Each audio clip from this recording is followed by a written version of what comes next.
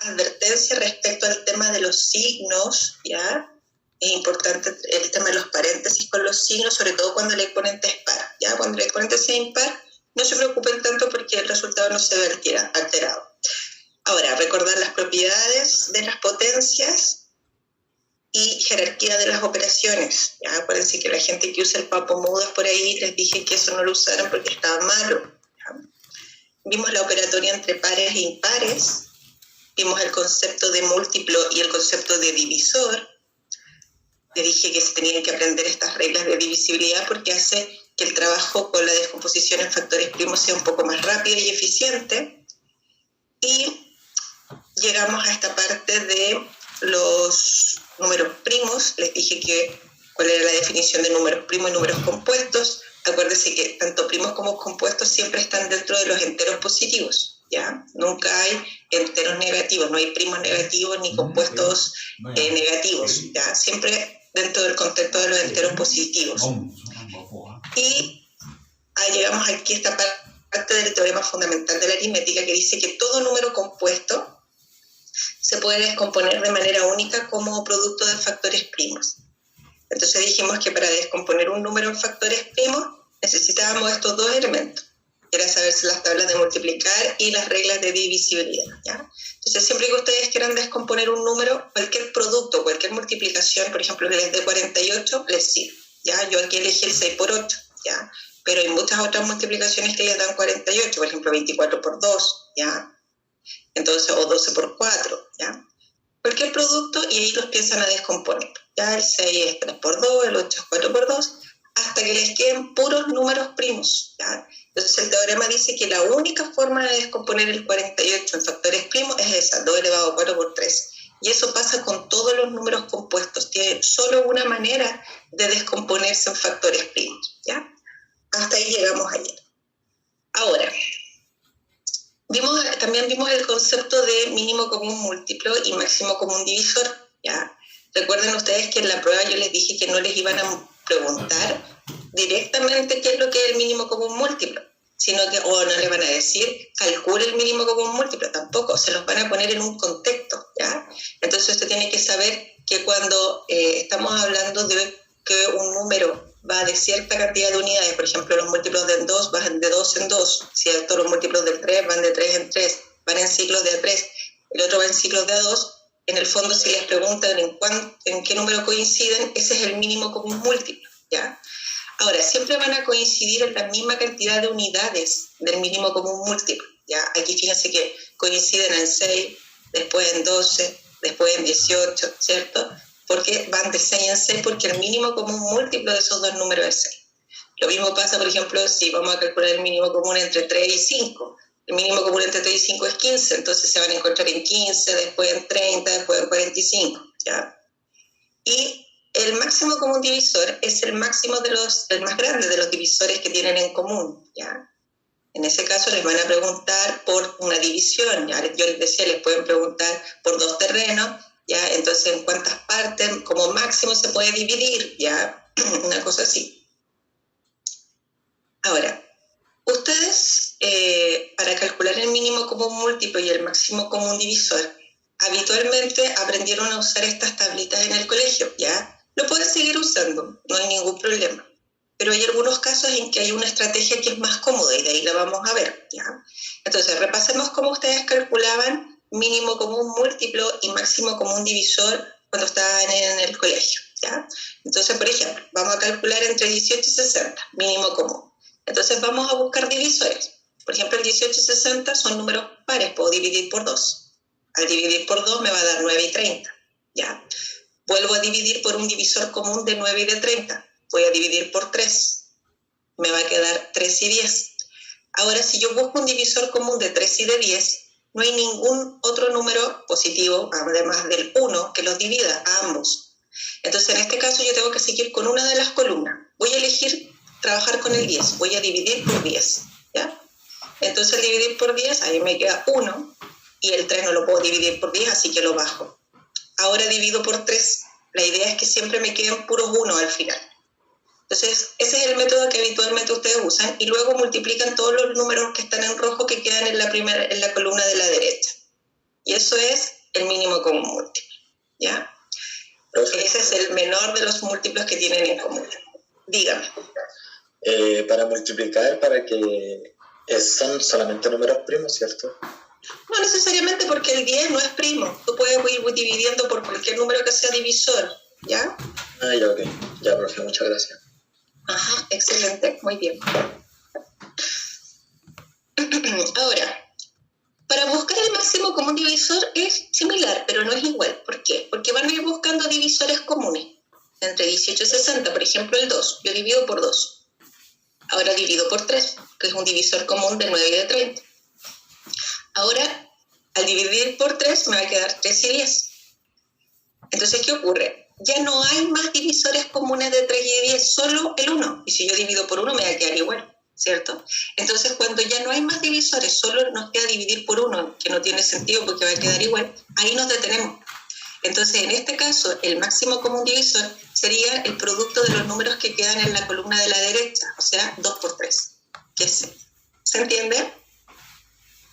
Profe, y por ejemplo, en la de mínimo común múltiplo, ¿se pudo ver por un solo número? O sea, no sé si me explico. Por ejemplo, el 10... Sí, tú puedes hacerlo más rápido, sí. ¿Ya? No, pero en el máximo común divisor no se puede hacer eso. Tiene que ser tiene que ser hasta cuando tú puedas buscar. Por ejemplo, hay alumnos que aquí, en el 18 y en el 60, el tiro buscan divisor 6 y dividen el tiro aquí por 6. Y ahí se acabó, ¿ya? En el fondo es el único divisor que tú busques. En el fondo que tú busques un divisor común, ¿ya? Pero puede ser números más grandes, no hay problema. No, es que, por ejemplo, aquí en el mínimo común múltiplo lo dividió por 10, pero dividió solamente el 10, el 3 no. Claro, es que cuando tú estás trabajando...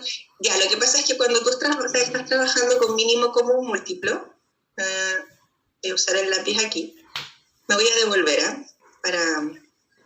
Cuando tú estás trabajando con mínimo común múltiplo, aquí el único divisor común de 3 y de 10 es el 1, ¿ya? Y si divides por 1 va a quedar igual, ¿cierto? Entonces tienes que buscar ahora seguir solo con una columna. Entonces yo solamente sigo dividiendo uno de los números. Y yo ahí divido por 10. Y ahí me queda 1. El objetivo es que siempre me quede 1. Y este no se puede dividir por 10, el 3. Entonces ahora divido por 3. 3 en 3 cabe 1. Y este se baja nomás. ¿Se entiende? Ah, ya, profe. Sí. ¿Ya? Entonces, cuando tú estás trabajando con mínimo común múltiplo, tú tienes que buscar divisores de ambas columnas. Si no encuentras divisores para ambos, sigues con una y la otra la bajas. Pero en el máximo común divisor, solamente divides hasta cuando encuentras divisores para ambos. Si no hay más divisores que uno, ahí se acabó. ¿Se entiende? Ah, ya, profe. Muchas gracias. Eso es. Ya. Ahora, ya que recordamos cómo ustedes lo hacían en el colegio, ahora vamos a agregar una técnica más, pero esto requiere de que ustedes se aprendan un mecanismo nuevo, y eso siempre cuesta un poquito, pero lo tienen que ejercitar. De ahí vamos a ver un ejemplo donde es necesario y es más rápido hacerlo con este método que con el otro. Dice que vamos a utilizar una técnica que es una descomposición en factores primos, ¿ya? O sea, vamos a descomponer los números. De hecho, vamos a hacer lo mismo que hicimos en el anterior. Miren, acuérdense. Vamos a calcular el mínimo común múltiplo y el máximo común divisor entre 18 y 60, pero ahora utilizando la técnica de la descomposición en factores primos. Entonces, paso número 1, descompongo el 18 y el 60 en factores primos. Fíjese, el 18 es 2 por 9 y el 9 es 3 por 3, que es lo mismo que decir 3 al cuadrado. ¿Ya? Ahora, el 60 es 6 por 10. Descompongo ahora el 6 y el 10. El 6 es 2 por 3, el 10 es 2 por 5, y ahí tenemos la descomposición en factores primos. Tengo 2 elevado a 2 por 3 por 5. ¿Vamos todos bien hasta ahí? ¿Sí? Sí, profe. Ya. Entonces, a los que les cuesta, por ejemplo, hacer la tablita, yo les recomiendo que hagan este método que les voy a enseñar ahora. ¿Alguna pregunta por ahí? Ya. Sí, dime. No me acuerdo. No, es que se me olvidó. Si me acuerdo, Ya. Entonces, una vez que tenemos descompuesto el número en factores primos, ojo con la instrucción que voy a dar. Vamos a calcular el mínimo común múltiplo. ¿Cómo lo vamos a hacer? Vamos a seleccionar todos los factores, comunes y no comunes. Pero si hay alguno que se repite en cuanto a la base, vamos a seleccionar el que tiene exponente mayor. Miren, nos vamos a concentrar solo en la descomposición en factores primos. Miren la descomposición. Miren, aquí tenemos 2 y este 2 está elevado a 1. Cuando no aparece el exponente es porque está elevado a 1. Entonces, fíjense que aquí tengo, voy a usar otro color, un poquito. Ya. Fíjense que aquí tenemos 2 elevado a 1 y aquí tengo 2 elevado a 2. ¿Quién tiene mayor exponente? De la derecha. 2 elevado a 2, ¿cierto? Entonces ustedes, siempre que haya una potencia donde la base sea la misma, ustedes seleccionan el que tiene el exponente mayor. Después, tenemos 3 elevado a 2 y aquí tengo 3 elevado a 1. ¿Con cuál me quedo? Con 3 elevado a 2 y los empiezo a multiplicar. Y después el 5 también se pone, porque aquí dice que van todos los factores, entonces el 5 también se pone. Entonces ese sería mi mínimo común múltiplo, y si ustedes lo multiplican, esto es 4 por 9 por 5 y eso me va a dar 180. Y es el mismo resultado que les dio en el anterior, ¿ya? ¿Cómo se busca el máximo común divisor? Ojo, el máximo común divisor bajo la técnica de descomposición en factores primos, ¿cómo se calcula? Se seleccionan solo los factores de base común, solo los de base común, pero con el exponente menor. Entonces, fíjese, tengo 2 elevado a 1 y 2 elevado a 2. Selecciono el 2, porque es el que tiene menor exponente. Tengo 3 elevado a 2 a un lado y 3 elevado a 1 al otro. Me quedo con el 3 elevado a 1, que es 3. Y el 5 no, porque no es común, no es un número que esté en ambas descomposiciones de factores primos, está solo en el 60. Por lo tanto, 2 por 3, 6. Ahí está. Entonces, repito. Cuando ustedes quieran calcular mínimo común múltiplo, descomponen el número de factores primos y seleccionan todos los factores con el exponente mayor. ¿Ya? Eso es importante.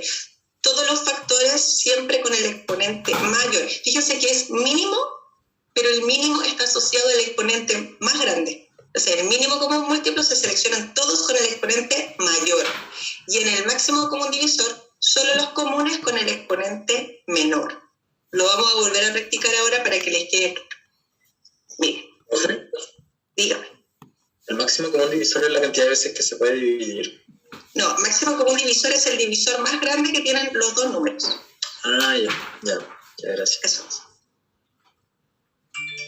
Miren aquí, este ejemplo es un ejemplo muy práctico y digamos claro de que es súper bueno utilizar a veces la técnica en descomposición en factores primos. Fíjense que aquí yo les doy dos números que ya están descompuestos en factores primos. No se les vaya a ocurrir ponerse a calcular cuál es ese número, porque 2 elevado a 8 ya es un número grande. Imagínense multiplicarlo por 3 elevado a 10, que es otro número grande, y 7 elevado a 6, que es súper grande. Entonces, ¿van a perder tiempo calculando ese número? No lo hagan. Si yo les pregunto cuál es el mínimo común múltiplo, ustedes me van a ir diciendo. Acuérdense que para calcular el mínimo común múltiplo se seleccionan todos los factores, pero si existe un factor de base común con el exponente mayor, ¿ya? Acuérdense.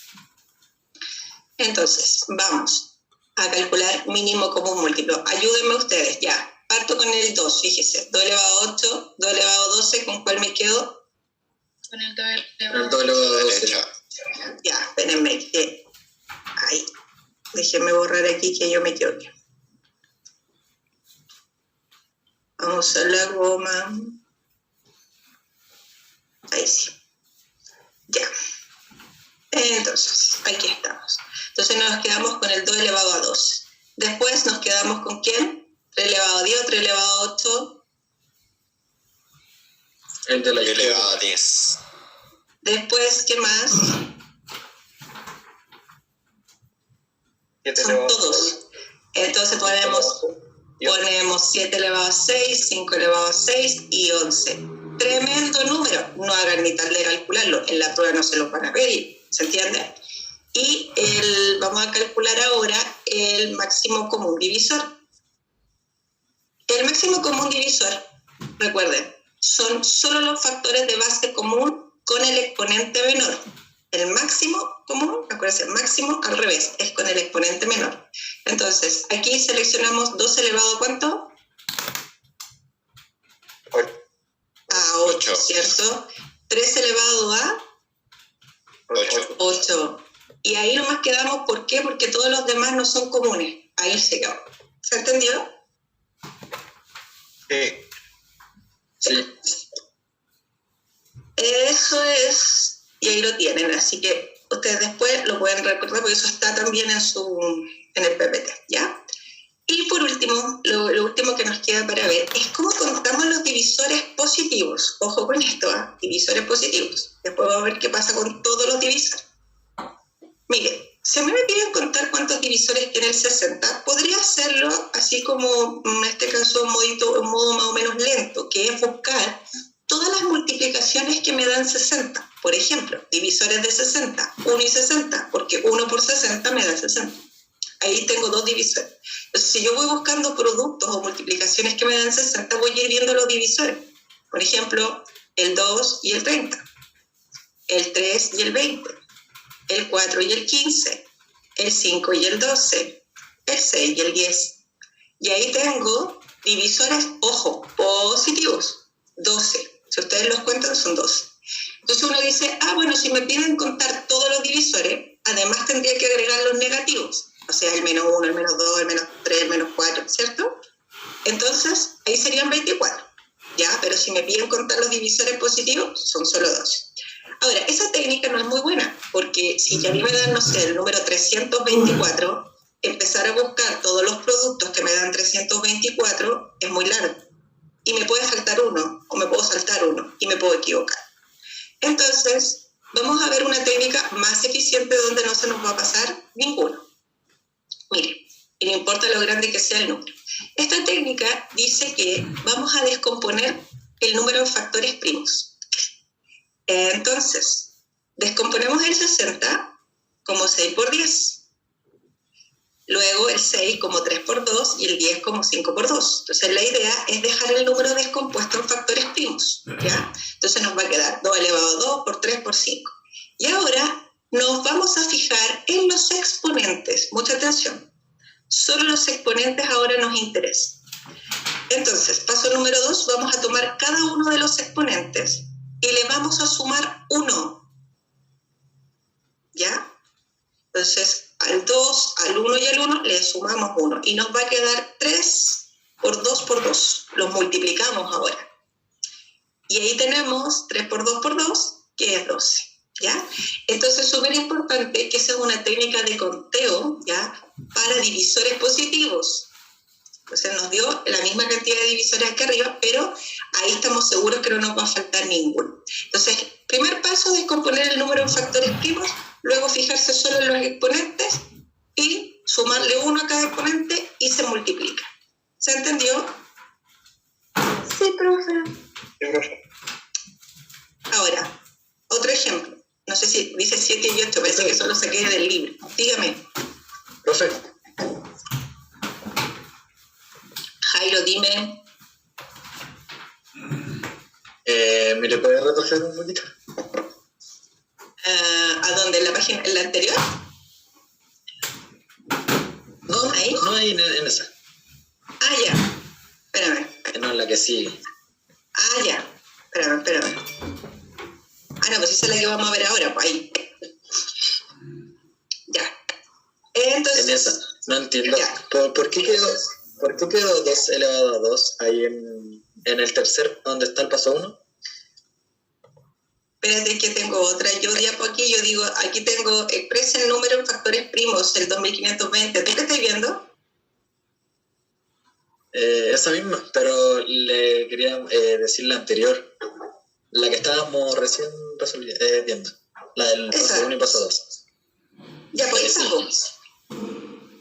Ya, es que no entiendo por qué queda 2 elevado a 2 ahí en donde está el paso 1 en la tercera fila. Ya. Mira, fíjate aquí, tengo 2 por 2 y 2 por 2. Ya entendí. Ya, Jaira, súper. No, está bien. Seguimos. Vamos a expresar este número 2520 en factores primos y después vamos a calcular cuántos divisores tiene. Entonces, miren, aquí es donde las reglas de divisibilidad son importantes, porque este es un número grande, ¿ya? Termina en 0, por lo tanto es divisible por 10, o sea, es múltiplo del 10, ¿ya? Entonces tenemos que anotar 252 por 10, nos da 2520. Luego, el 252 también es un número más o menos grande, no es tan fácil de descomponer. Entonces yo digo, a ver, el 252 es divisible por 2, puede ser 2 por algo, ¿ya? Podría calcularlo dividiendo por 2 para ver cuánto es 2 por cuánto es. Ahora, otra opción es que sumen las cifras. Fíjense que esas cifras, 252, suman 9, entonces es divisible por 9.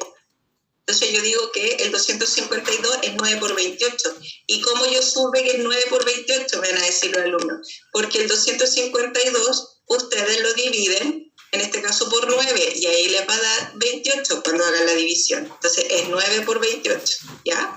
Entonces ahí es cuando las reglas de divisibilidad hacen que la descomposición en factores primos sea más rápida.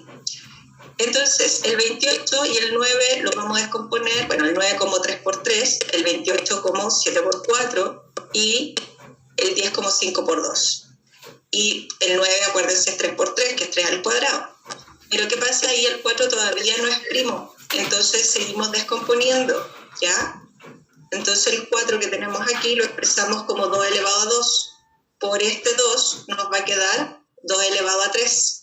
¿Cierto? Entonces, ahora nos vamos a quedar con los exponentes, porque ahora, ya que tenemos la descomposición en factores primos, vamos a contar sus divisores positivos. A cada exponente, 3, 2, 1 y 1, le sumamos 1 y luego todo eso lo multiplicamos. Entonces ahí tenemos 4 por 3 por 2 por 2 y ahí tenemos un total de 48 divisores positivos. ¿Todo bien? Sí, profe. Profe. Excelente.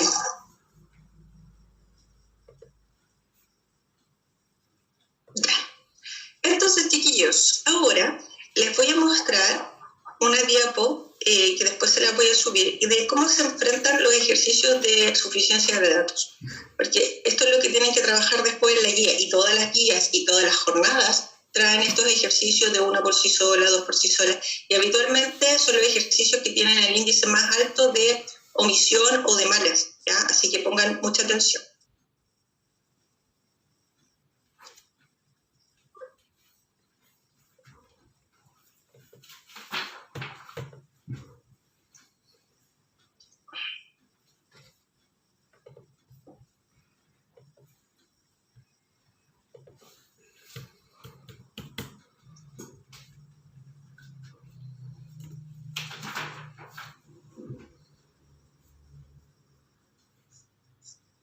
Chiquillos, ¿cómo resolver los ejercicios de suficiencia de datos?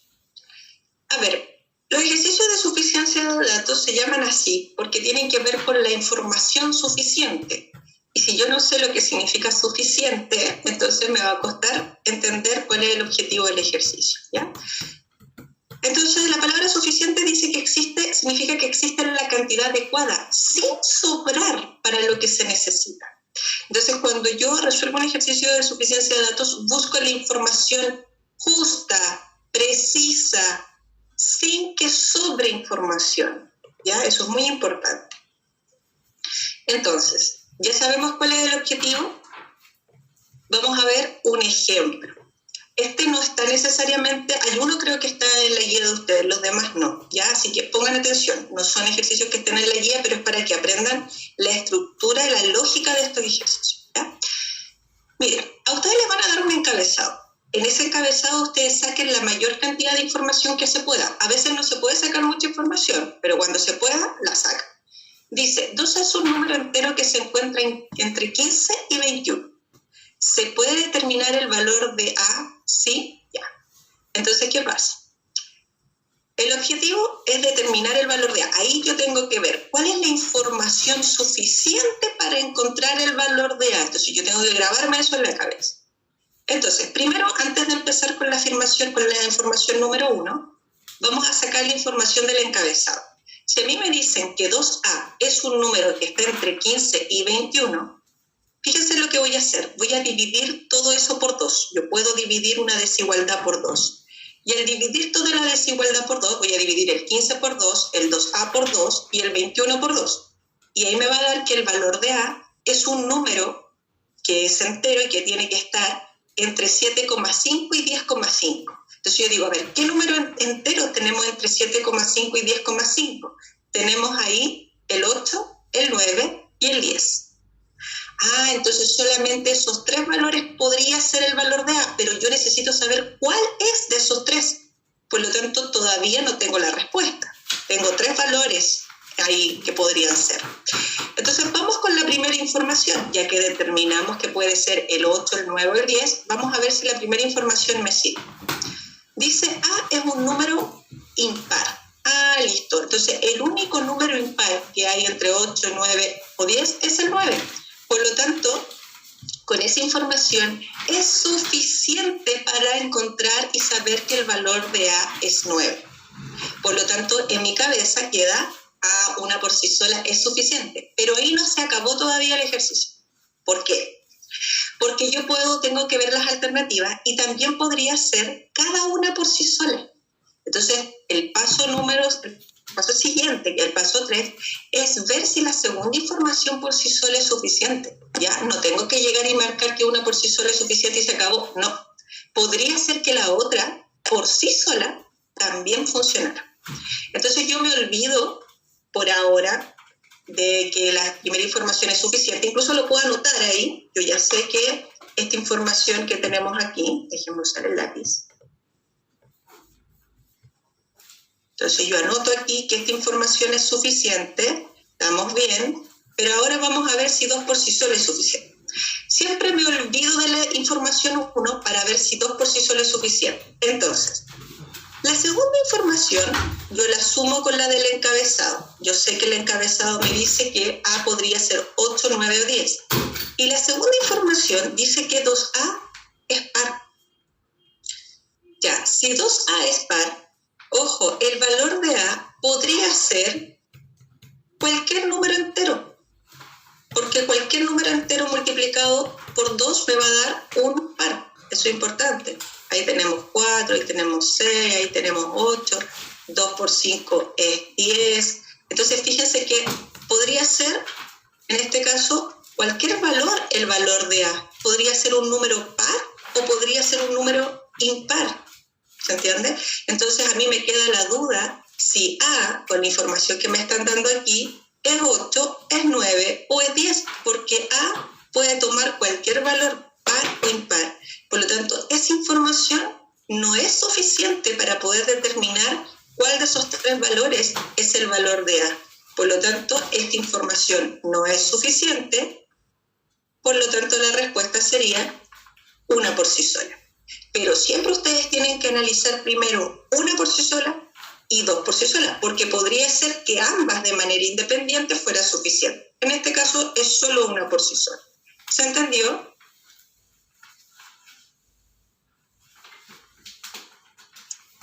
Sí, profe, se entendió. Seguimos, ¿ya? Ahora, ¿cuál es el mayor error que cometen los alumnos? Juntar las informaciones. Juntan la 1 con la 2. No, porque eso podría ser un exceso de información. Y acuérdense que esto es la información justa, precisa. Puede ser que juntándolas también me sirva, pero eso sería un exceso. ¿Ya? Entonces siempre primero el camino es 1 por sí sola, 2 por sí sola, y ahí veo. Vamos a ver otro ejemplo. Dice, se tienen 4 números, A, B, C y D. Y me están diciendo que C es mayor que B, y que A es mayor que D, y que D es mayor que B. Eso es información que nosotros tenemos que anotar en una recta para poder visualizarla mejor. Entonces, primero sacamos la información del encabezado, ¿ya? Y me dice, ¿se puede determinar cuál es el mayor de todos esos números? Y me están dando puras letras, ¿ya? Entonces, vamos a ver cuál es el mayor, pero antes de eso sacamos la información del encabezado. Entonces, nos dicen que A es mayor que D y D es mayor que B, fíjense. Y además me dicen que C es un número mayor que B, pero aquí hay un problema porque C es mayor que B, pero yo no sé si está ubicado ahí, ahí o ahí, me queda la duda. Pero sé que es mayor que B, ¿ya? Entonces, con esa información, a mí me queda la duda de cuál es el mayor, porque si C estuviera ubicado aquí, C sería el mayor, pero si C estuviera ubicado aquí y no ahí, A sería el mayor, ¿se entiende? Entonces, yo tengo que saber dilucidar con la información que me van a dar a continuación, quién es el mayor, ¿ya? Entonces, la primera información dice, C es mayor que D, fíjese. Entonces, si C es mayor que D, claramente C no podría estar ahí, pero podría estar aquí o podría estar aquí. Y dependiendo de la posición que tome C, C podría ser el mayor, pero si C no estuviera ahí, A sería el mayor. Entonces, esta información que me están dando no me sirve para poder asegurar si es mayor el C o es mayor el A. ¿Se entiende? Sí, profe. Sí, profe. ¿Ya? Vamos con la siguiente. Fíjese que acabo de determinar que esto no es suficiente por sí sola. Voy a la segunda. ¿Ya? Siempre conservando la información que saqué del encabezado. ¿Ya? Y le sumo esta información. Y esta se olvida. Nunca se suma, se olvida, porque voy a analizar dos por sí sola. Entonces, la segunda información, eso es lo que tenemos del encabezado, ¿ya? Dice que A es mayor que C. Ah, si A es mayor que C, se cae eso. Por lo tanto, si A es mayor que C, la única opción es que A sea el mayor de los valores. ¿Se entiende? Sí. Profe. Entonces la respuesta sería 2 por sí sola. ¿Ya? ¿Todo bien hasta ahí? Vamos a ir a otro ejemplo. Dice, ¿se puede ordenar en forma creciente A, B y C si se sabe que? Vamos a ver. Entonces, esta me parece que está en la guía de ustedes.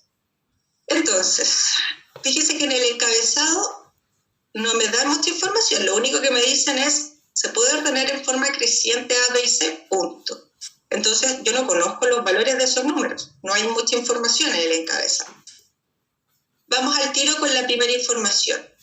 Dice A más 1 es B. O sea, me están diciendo que el sucesor de A, que es A más 1, es B. O sea, me están diciendo que A es un número más pequeño que B. ¿Ya? Eso es lo que me están diciendo. Pero resulta que con esa información, a mí me falta dónde está ubicado C. Por lo tanto, yo no puedo ordenar en forma creciente estos números porque no sé dónde está posicionado C. Por lo tanto, claramente me falta información sobre C. Por lo tanto, no es suficiente. ¿Ya? Entonces, dejamos anotado aquí, no es suficiente por sí sola. ¿Ya? Vamos con la otra. Nos olvidamos de la primera información y vamos a ver 2 por sí sola. Entonces, dice que el antecesor de C es B. Ah, el antecesor de C es B. Pero resulta que me falta aquí la información de A, porque me está diciendo que C es mayor que B. Pero esta información por sí sola claramente no es suficiente. Entonces, cuando ninguna de las informaciones es suficiente por sí sola, recién ahí usted puede juntar ambas informaciones. Nunca junte las informaciones partiendo. Siempre tiene que descartar que no se puede ni con uno ni con dos. Y ahora recién vamos a hacer el proceso de juntar ambas. Vamos a ver si podría ser la alternativa C, ¿ya? Entonces, si juntamos ambas, sabemos que A es menor que B con la primera información y con la segunda sabemos que B es menor que C. Por lo tanto, claramente ahí tenemos el orden creciente. A es menor que B y B es menor que C. Por lo tanto, juntas 1 y 2, ambas informaciones son suficientes para poder responder el orden creciente de esos números. Entonces, ahí yo recién puedo marcar la alternativa C. ¿Todo bien hasta ahí? Profe, pero por ejemplo, en la D, cuando dice cada una por sí sola, ¿se refiere a lo mismo de la A y la B? Cuando tú resuelves un ejercicio de cada una por sí sola, es porque la primera por sí sola, sin mezclarla con la segunda, ya, es suficiente, y también la segunda por sí sola, sin mezclarla con la primera, es suficiente. ¿Se entiende? Sí. Vamos a ver un ejemplo, creo que ahí tengo un ejemplo de cada una por sí sola, ¿ya? No se me adelante. Ahora, importante, acuérdense, solo se juntan las informaciones cuando ninguna por sí sola es suficiente, ¿ya? Ahora, ¿cuándo usted va a contestar que se necesita información adicional? Cuando juntándolas no sea posible responder. Entonces si yo junto las informaciones y aún así no puedo responder, se necesita información adicional. ¿Se entiende? Ya, aquí vamos con un ejercicio de cada una por sí sola. ¿Quién me preguntaba? ¿La Renata? ¿Quién me preguntaba de cada una por sí sola? Yo. Ya, Renata, pon atención, estaba especialmente para ti. Mira, ¿qué tenemos aquí? Dice, se hace un entero positivo. Y fíjense que me dan G igual a A por B partido en C.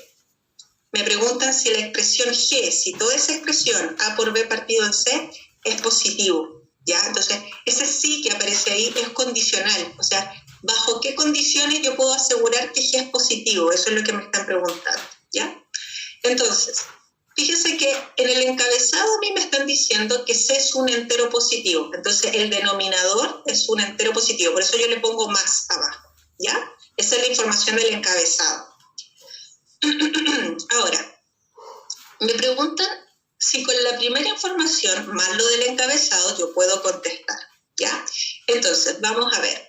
Si dice que A y B son positivos, ¿ya? Entonces, ¿qué pasa aquí? Claramente, al tener puros signos positivos, ese resultado va a ser positivo. Por lo tanto, es información claramente suficiente por sí sola. Entonces, yo anoto aquí al ladito que es suficiente por sí sola. Ahora, vamos a ver qué pasa con la segunda, por sí sola. Entonces, si a mí me dicen, acuérdense de mantener la información del encabezado, ¿ya? Sabemos que C es positivo porque eso me lo dan en el encabezado y aquí me están diciendo que A y B son negativos. Si A y B son negativos, negativo con negativo va a ser positivo, ¿cierto? Esto que está aquí arriba es positivo y positivo dividido con positivo me va a dar positivo. Por lo tanto, con esta información también es suficiente. Entonces, la respuesta aquí sería que cada una por sí sola y también dos por sí solas, son suficientes de manera independiente sin tener que juntarla. En ese caso, la alternativa es la alternativa D. ¿Se entiende? Tengo una duda. Uh-huh. Pero va en relación a la división y multiplicación. Cuando se encuentra una fracción que tiene una multiplicación, ¿qué se resuelve primero? Si tú tienes ¿qué cosa? Otra vez. Fracción, que dentro de la fracción hay una multiplicación. Como por ejemplo así, 2 por 3 partido en 6, algo así. Sí, algo así. Ya, aquí tú puedes hacer dos cosas, tienes dos caminos. Puedes, por ejemplo, directamente multiplicar aquí y te va a dar 1, por ejemplo. Y el otro camino que puedes tomar es simplificar. Ya, el 2 en el 6 cabe 3 veces, te va a quedar 3 partido en 3 y también te va a dar 1. Entonces ahí no hay problema, ¿ya? Ok, gracias. De nada. Chiquillos, ¿se entendió cómo se enfrentan los ejercicios de suficiencia de datos? Sí, profe. Sí, Ok, profe. Renata, ¿te quedó claro cuándo es cada una por sí sola? Sí, ahora sí, porque de verdad, profe, que yo no tenía ni idea cada uno y me dejó súper claro. Gracias. Excelente, ¿ya? Entonces, nunca se le quita el ejercicio de suficiencia de datos, ¿ya? Hagan el esfuerzo, anoten el razonamiento. Cuando vayan a la prueba y vayan a hacer un ensayo, si van contra el tiempo, ahí no es necesario que anoten el desarrollo porque obviamente eso los va a demorar. Pero cuando uno está estudiando, cuando uno está ejercitando, tiene que poner los argumentos. Fíjense que yo en todo este desarrollo yo voy poniendo los argumentos que me van diciendo por qué yo voy contestando, ¿ya? Porque después cuando yo corrijo, ¿ya? O cuando quiero hacerle plantear alguna duda a la profesora, tengo que tener claro lo que hice, ¿ya? Eso es súper importante. Ya, excelente. Listo, chiquillos. Entonces, los dejo ahí trabajando. Acuérdense, libro hasta la página. Ahora pueden hacer el libro hasta la página. No voy a mirar mi libro porque mi libro es añejo y tiene otras páginas. Déjenme mirar. Acuérdense, descargar la guía y trabajar con su libro. Y ahora me pueden hacer consultas de los ejercicios que van resolviendo. Déjenme ver el libro hasta qué página es. Entonces, ahora tiene que estar el libro completo hasta la 38. Sí, libro completo hasta la página 38, chiquillos. Y guía número 1 para la próxima clase está completa, porque la próxima clase vamos a partir, en este caso al tiro, corrigiendo dudas, ¿ya? Entonces voy a pasar la lista y de ahí les dejo el resto de la hora para que me hagan consultas, ¿ya? Perfecto. Dígame, Jairo. Usted dijo hacer el libro hasta la página 38, ¿pero de qué página hasta qué página es? Desde la 24 hasta la 38 tienes que tener para la próxima clase, ¿ya? Ah, ya. Ya, muchas gracias, profe. Paso la lista, chiquillos, ahora. Acuérdense de decirme presente. Si alguien tiene problemas con el micrófono, acuérdense de escribirme por el chat, pero siempre tratar de que sea por el micrófono, ¿ya?